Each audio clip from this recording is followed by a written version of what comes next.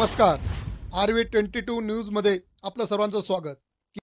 नमस्कार, मी पंजाब डक. आज आहे 30 जुलै 2025 आणि मी माझ्या शेतात आहे आणि या ठिकाणून आपल्या महाराष्ट्रातल्या शेतकऱ्याला अंदाज देणार आहे. 3x1 चा कापूस आहे. आजच्या 49 दिवस झालेले आहेत. एकदा खत दिलेलं आहे, एकदा खत दिलेलं आहे, दोनदा खुरपीला, दोनदा पाळी घातली आणि या ठिकाणून शेतकऱ्यासाठी अंदाज देणार आहे. राज्यातल्या सर्व शेतकऱ्याला सांगू इच्छितो की राज्यामध्ये सांगायचं झालं तर आज आहे 30 तारीख आणि 1 तारखेपर्यंत म्हणजे 1 ऑगस्ट पर्यंत जळगाव जिल्हा, धुळे जिल्हा, नंदुरबार जिल्हा, नाशिक, कळवण, त्याच्यानंतर अहिल्यानगरचा काही भाग, इकडे वैजापूर ह्या भागामध्ये म्हणजे आणखीन 2 दिवस म्हणजे थोडा भाग बदलत विखुरलेला स्वरूपाचा पाऊस पडणार आहे. म्हणून उत्तर महाराष्ट्रातल्या शेतकऱ्यांनी हा अंदाज लक्षात घ्या. खास करून म्हणजे आज 30 जुलैपासून ते 1 ऑगस्ट पर्यंत नंदुरबार, धुळे, कळवण, नाशिक, सटाणा, नंदुरबार, त्याच्यानंतर आपलं अहिल्यानगरचा काही भाग इकडला म्हणजे उत्तरेकडला, त्याच्यानंतर बुलढाणा जिल्हा, अकोला, परतवाडा ह्या पट्ट्यामध्ये, MP बॉर्डरचा म्हणजे अमरावती ह्या पट्ट्यामध्ये आणखीन 2 दिवस मध्ये थोडं पावसाचं वातावरण राहणार आहे. सर्वदूर नाही पडणार पण भाग बदलत पडणार आहे म्हणून हा अंदाज लक्षात घ्या. पण राज्यात सांगायचं झालं तर पूर्व विदर्भ आणि पश्चिम विदर्भ, त्याच्यानंतर आपण काय करू, मराठवाड्याकडू.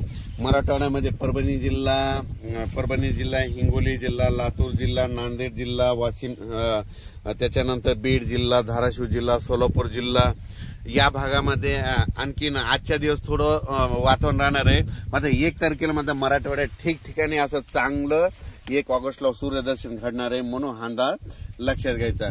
त्याच्यानंतर आपण वळू पश्चिम महाराष्ट्राकडे. पश्चिम महाराष्ट्राकडे देखील आज आणि उद्याचे दिवस सरी त्या चालूच राहतील. पण 2 तारखेपासून तिकडल्यामध्ये पश्चिम महाराष्ट्राकडे 2 ऑगस्ट पासून तिकडे देखील चांगलं सूर्यदर्शन होणार आहे म्हणून डाळिंब शेतकऱ्यासाठी आनंदाची बातमी, म्हणून द्राक्ष शेतकऱ्यासाठी आनंदाची बातमी. त्याच्यानंतर काय करायचं, आपण पूर्व आणि पश्चिम विदर्भ 6-5-11 जिल्ह्यामध्ये म्हणजे वर्धा, नागपूर, भंडारा, गोंदिया, चंद्रपूर, त्याच्यानंतर अकोला, यवतमाळ, बुलढाणा, अमरावती या भागामध्ये पूर्व आणि पश्चिम म्हणजे 6-5-11 जिल्ह्यामध्ये तिकडे आणखीन 1 तारखेपर्यंत थोडं ढगाळ वातावरण आणि तुरळक ठिकाणी पाऊस देखील असणार आहे. पण 2 तारखेला मात्र चांगलं असं सूर्यदर्शन होणार आहे. 2 तारखेपासून ते 8 ऑगस्ट पर्यंत चांगलं सूर्यदर्शन घडणार आहे म्हणून तुम्ही ती शेतीची कामे आटपा. त्याच्यानंतर कोकण म्हणजे सांगायचं झालं तर सांगली, कोल्हापूर, सोलापूर, पुणे हे कोकण पट्टीचा पाऊस मात्र त्या सरी मात्र 10-10 मिनिटाच्या 5-5 मिनिटाच्या कोकणातल्या सरी चालू राहतील म्हणून हे लक्षात द्या. त्याच्यानंतर कर्नाटकमध्ये बेळगाव, निपाणी त्या भागात देखील म्हणजे सरी थोड्याफार येणार आहेत म्हणून कर्नाटकच्या शेतकऱ्यांनी हे देखील अंदाज घ्यायचा. पण राज्यात परत तुम्हाला सांगू इच्छितो की आता परत 1 ऑगस्ट पासून ते 8 ऑगस्ट पर्यंत काय होणार आहे, चांगलं सूर्यदर्शन होणार आहे, पावसाचा जोर कमी होणार आहे. मग पाऊस नंतर राज्यात कधी येणार, शेतकऱ्यांनी कधी कामं करून घेतली. तर शेतकऱ्याला सांगू इच्छितो की तुम्ही काय करा, 8 ऑगस्ट पर्यंत तुम्ही शेतीची कामे करा. पण 8 ऑगस्टला तुम्हाला सांगतो की पाऊस कोणत्या प्रकारे कोणत्या भागात येणार आहे. 8 ऑगस्टला तुम्हाला सांगतो कर्नाटकमध्ये बेळगाव जिल्हा, त्याच्यानंतर निपाणी तालुका, त्याच्यानंतर कोल्हापूर, सोलापूर, सातारा, त्याच्यानंतर पुणे, त्याच्यानंतर इकडे आपलं पंढरपूर, लातूर, धाराशिव, बीड, त्याच्यानंतर इकडे परभणी, नांदेड, यवतमाळ, चंद्रपूर ह्या पट्ट्यामध्ये मात्र 9 ऑगस्ट नंतर 9-10-11च्या दरम्यान तिकडे चांगला पाऊस एक येणार आहे म्हणजे पावसाला सुरुवात होणार हे लक्षात घ्यायचं. त्याच्यानंतर तो पाऊस परत काय होईल, वाढत देखील जाणार आहे मग अंदाज लक्षात घ्या. त्याचा आपण नंतर अंदाज येऊ.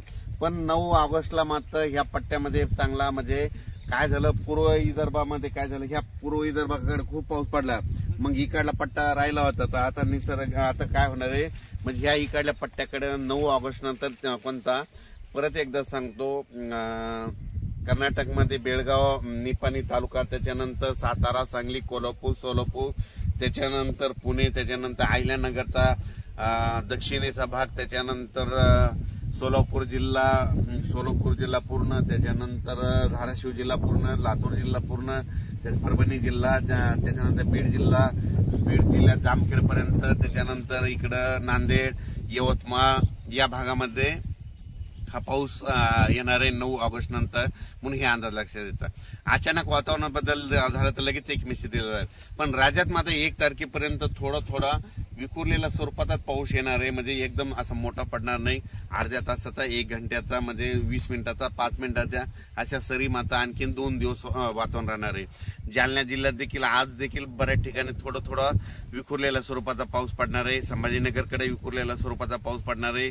अहिल्यानगरकडे विखुरलेल्या स्वरूपाचा आणखीन 1 ऑगस्ट पर्यंत पाऊस पडणार आहे. बुलढाणा जिल्ह्यामध्ये 1 ऑगस्ट पर्यंत विखुरलेल्या स्वरूपाचा पाऊस पडणार आहे. अकोला जिल्ह्यात विखुरलेल्या स्वरूपाचा पाऊस पडणार आहे. अमरावतीमध्ये 1 ऑगस्ट पर्यंत राहणार आहे. त्याच्या हा अंदाज सगळ्यांनी लक्षात घ्यायचा. पण राज्यात मात्र 2 तारखेमध्ये 2 ऑगस्ट पासून चांगला असं सूर्यदर्शन दिसेल. म्हणजे चांगला असं सूर्यदर्शन होणार आहे. आणि सध्या शेतकऱ्यांना सूर्यदर्शन गरज आहे म्हणून हा अंदाज खास करून माझ्या शेतातून दिलेला आहे. परत उद्या एक अंदाज दिलेला जाईल. अचानक वातावरणात बदल झाला तर लगेच एक मेसेज दिला जाईल. धन्यवाद.